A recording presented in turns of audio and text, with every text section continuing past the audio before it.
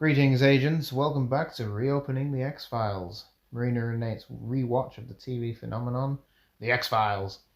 I'm Nate, also known as the Ultimate Movie Geek, and I'm joined once more by my beautiful wife, the enigmatic Agent Powell. You're not even called Powell anymore. What are we watching tonight? Fire. Just a fire in the fireplace. Fire. Oh, the episode. Yeah. Give us a recap of it. Tell everyone at home what the episode is. Go.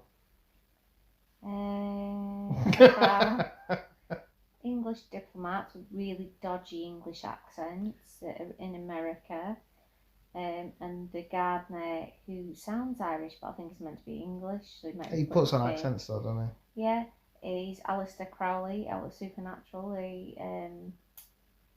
What's it called? King of Hell. King of Hell. Yeah, King of Hell. Was he Alistair in that? Is it Alistair I Crowley? don't know. I think it's Alistair Crowley. I might just told myself. There is some Witchfinder, wasn't he, Crowley? Yeah, possibly. Anyway, he is in this very, very young, and he's the main, is it protagonist? Antagonist. I always get my words wrong. Yeah, and he's basically a fire starter. Wicked fire starter. Twisted fire. Wicked, what am I on? Oh, Jesus Christ. Good start. Yeah, but it literally is Fox and Scully, Dana Scully, sat in a car, having a little chin wag, and there's a tape. That's how old it is, a tape. A tape, yeah. So they're like, oh, that one there before, and they play it, and it's a really bad, like BBC from the 1950s. Yeah. British lady talking. And she is British. Fox Mulder. She is British, but I know, but her accent's awful. it is just. And it transpires it's somebody that he knocked off when he was at Oxford or Cambridge, whatever university he went to. Which Scully already knows. Because she's got a sixth and sense. she's got this case. She's part of the diplomatic sort of staff. Yes. So she reaches out to him to help, to try and track, because they know that there's been 2 murders so far. 3, sorry. And the burning down but it of... looks like they spontaneously combust, Yeah. which was, I can remember this episode, because as long as I first heard about it, it's terrified me. I read stuff when I was little about spontaneous human combustion, and even the people talking about it, I couldn't even bear to think about it. It used to make me feel ill, because I just think it's terrifying, and that's what they thought it was originally. And this, because obviously it's happened to more people, they just can't understand what it is. And obviously he is a profiler, isn't he? Yeah. Or he was a profiler at the FBI. And it's kind of a bit of a backstory to Mulder, because you get somebody who's an ex-girlfriend of his that we haven't really seen before. Yeah. Scully isn't outright jealous, but she's sort of... She's a bit bitchy, isn't she? Yeah.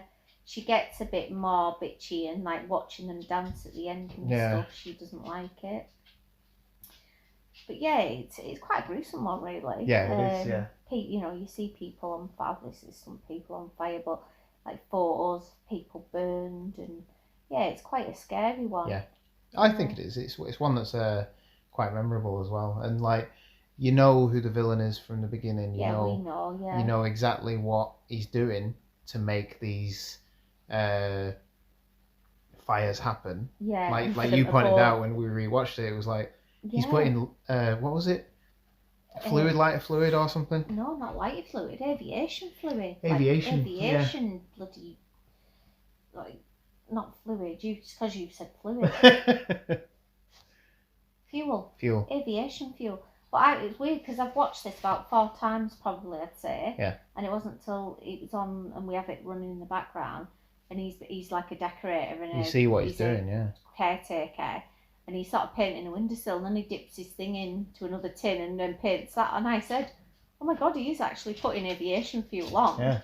So he's obviously, he can start fires with his mind. Yes. But the crazy fires that he causes, through him, there's still an accelerant, yeah. He's putting the accelerant everywhere, and it makes them go out of control. But he can just start a fire like that. Yeah. Which is quite similar to Crowley, really.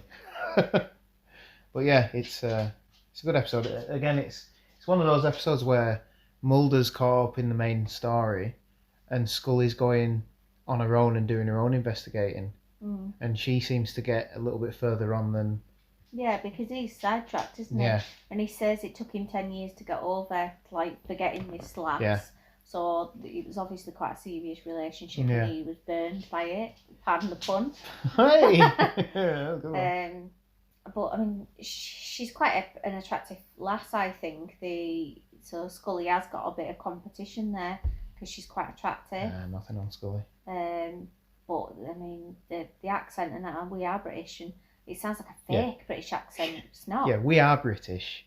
The ones that you see on TV who talk like this, like they're chewing toffee, it's all fake. Yeah, I quite like the expert in fire as well. Yeah, I quite like his character. He's like, there's a picture. I'd like to see him come back. He's quite quirky. Well, there was a few like there's a character who we're watching series 4 now, and there's a character who has been in and out of it through series 3, and he fancies Scully, and every so often he's there, and it's like I do not remember these background characters who just sort of faded away. Yeah, he was quite funny. I'd like to have seen him. Who this one? Yeah, because the fire expert. He's looking at the picture on a projector, and he's like, face is close up to the wall, and he's like, oh yeah, those colours. Beautiful. What's the accelerant? The guy's body. Oh, it's like, whoa. Yeah.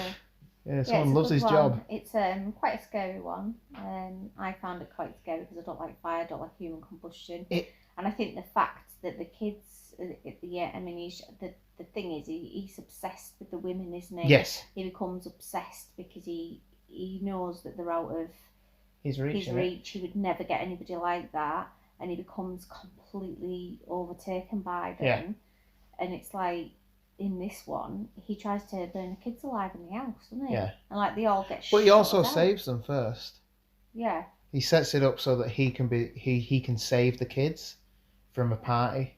Yeah, and be the hero. He's in the hotel, and it's also funny because this episode brings up that Mulder has a phobia of fire, which from the episodes we've seen after, we haven't seen that side. It's not mentioned again. It might be referenced again, but it hasn't been up to now what we've watched. Well, we watched one tonight that he's really close to an explosion, isn't he? Yeah.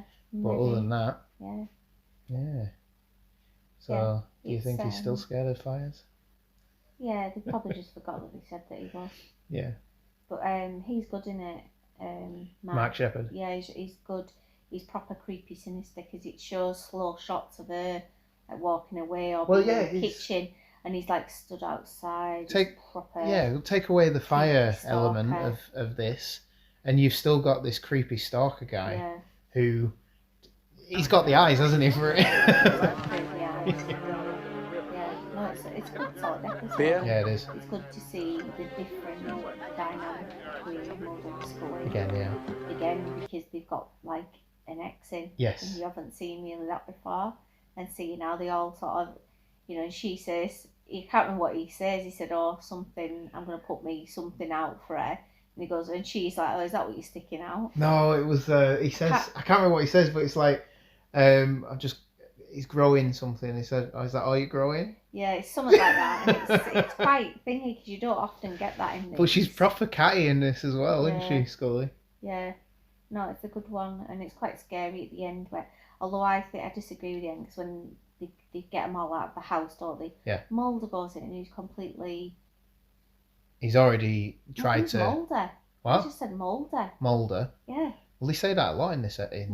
Mulder. Well, he goes in anyway, and he's petrified of fighting. He's absolutely shit. Just gets on the floor and has to be taken out anyway, doesn't he? Well, isn't that the first part? Does he do that again in the house? Yeah, he's not very good. No, he's not. No. Yeah, it's an alright one. It's not amazing. I like these ones because they're different, and that's what I loved about it. It was something different mostly every week, and this was different again. Yes. Firestarter. But I think there was also the idea of bringing him back, because at the end he sets himself on fire and he's burnt horribly, isn't he? Yeah. But then he's put into I can't remember what they're called. It's like a decompressing tank, isn't it? Yeah. And just to heal. And he's alive, awaiting trial. So I think the idea was to bring him back, and I wonder if it was sort of like a Tombs type thing. Yeah. Because I think later on in this series, well, no, I know later on in this series, Tombs comes back. So maybe we were supposed to have another. Wonder why they didn't. Yeah, I don't know. Does he set himself on fire at the end? I can't remember. He just sort of runs around, doesn't he? Yeah. But yeah, like you said, it's horrible. It's this burnt, twisted, horrible thing, and he's just got. You see his eyes, and then he's healed, and they're like, "I've never seen anything like it." He asks for a cigarette, doesn't he? Yeah, he's got for a smoke. That's what he says, isn't it? But yeah, it is a good one, a scary one, I think, for me, because I don't like this sort of thing. So, I have to apologise, listeners and viewers. I wasn't able to pull out the synthesizer and perform fanboy facts. Well, maybe tomorrow night, okay? So just hold your horses. So you know what time it is now? Fanboy facts. Fanboy facts. Fanboy facts. It is fanboy facts. I had to say that because I couldn't find my document. David Duchovny suffered the only injury on set, burning his hand, which left a small permanent scar. Wow, must have burnt it properly to have a scar. Just trying to think of when he did it. What part? It'll be when he was in the house. It won't be in the corridor in the hotel because it was rubbish.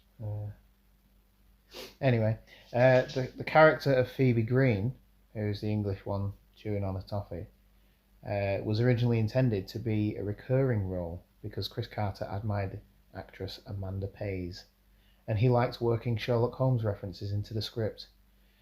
But what do you reckon stopped that in its tracks? It was fan reaction to the rival for Scully, because they wanted Scully to be Mulder's only love interest. Yeah, I didn't like her. I didn't like her. I was like, who's she? Who's she? What's she doing? Get out of there. Why is she dancing with Mulder? Why is she kissing Mulder? What a cow. Yeah. This episode features Mulder's first on-screen kiss. There you go. We've already mentioned this, but Mark Sheppard goes on to play King of Hell, Crowley, in Supernatural, which is, again, I think in Supernatural they reference the X-Files a lot, don't they? I think they've referenced themselves as Mulder and Scully as well, haven't they? Probably, yeah. Yeah, they are. They just rocked up Agent Mulder and Agent Scully. The arsonist target, Lord Malcolm Marsden, is named for the show's hairstylist. Yes, you do. Yes, you do. Everyone screw without a hairdresser. Look at State Wallers. Hey, my hair looks good at the moment. I kept my boys look amazing. Our boys' hairs haven't been cut. I mean, even before lockdown, we were growing them a bit. But they just got proper 70s hair. Yeah, no, I'm jealous.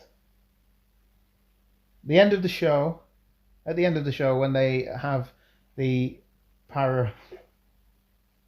Go on, spit it out. Pyrokinetic. Pyrokinetic. No, kinesic. Okay. Pyrokinetic. I'll let you.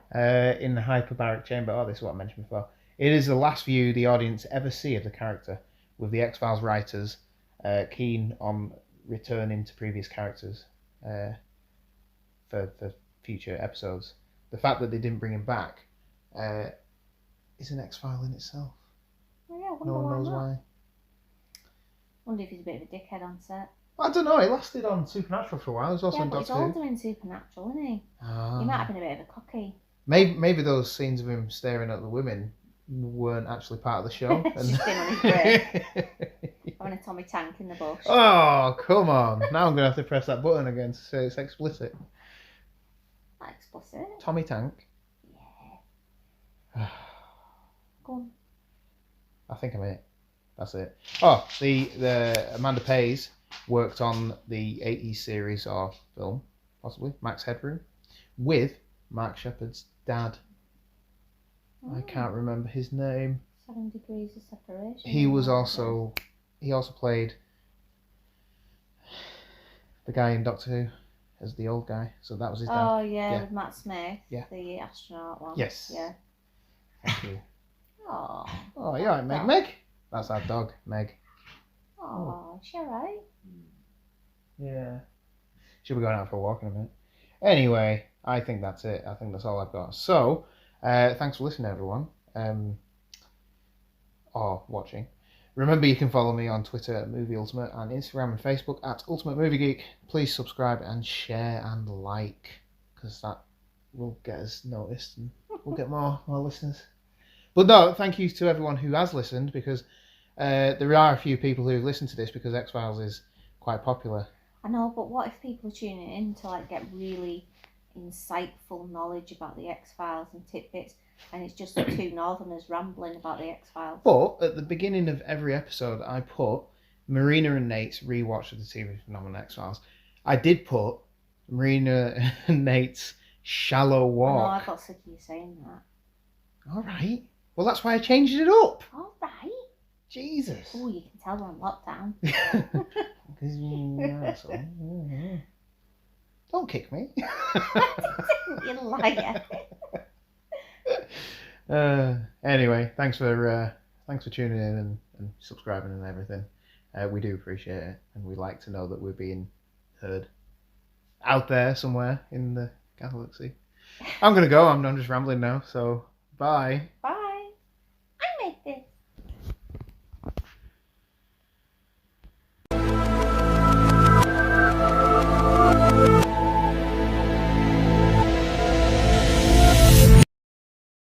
You sold your soul? Sold it? For an extra 3 inches of willy? Priorities change. I wasn't the bon vivant that I am now. I'll simplify. My soul did a stint in hell where it became demonized. Then I had to possess another person so I could traffic with the living. Any of this sticking? I can't be consorting with a demon. Not just any demon. I'm the king of hell. And there you were, worried the old man wouldn't amount to much.